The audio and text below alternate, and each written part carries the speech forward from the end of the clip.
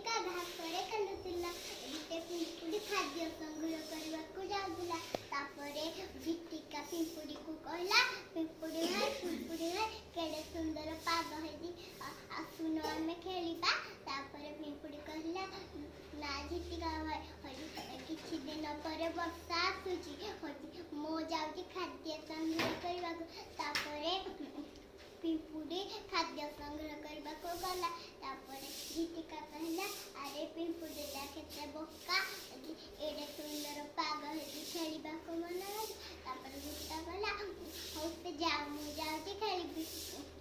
ତାପରେ ପିମ୍ପୁଡ଼ି ଖାଦ୍ୟ ସଂଗ୍ରହ କରି ତା ଘରକୁ ଗଲା। କିଛି ଦିନ ପରେ ବର୍ଷା ହେଲା, ସବୁଆଡ଼େ ପାଣି ପଶିଗଲା। ତାପରେ ଝିଟିକା ପିମ୍ପୁଡ଼ି ପାଖକୁ ଗଲା। ତାପରେ ପିମ୍ପୁଡ଼ି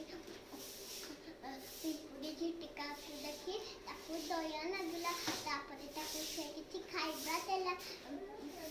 ତାପରେ ଝିଟିକାକୁ ପିମ୍ପୁଡ଼ି କହିଲା, ଝିଟିକା ଭାଇ ମୁଁ ତମକୁ ବୁଝେଇକି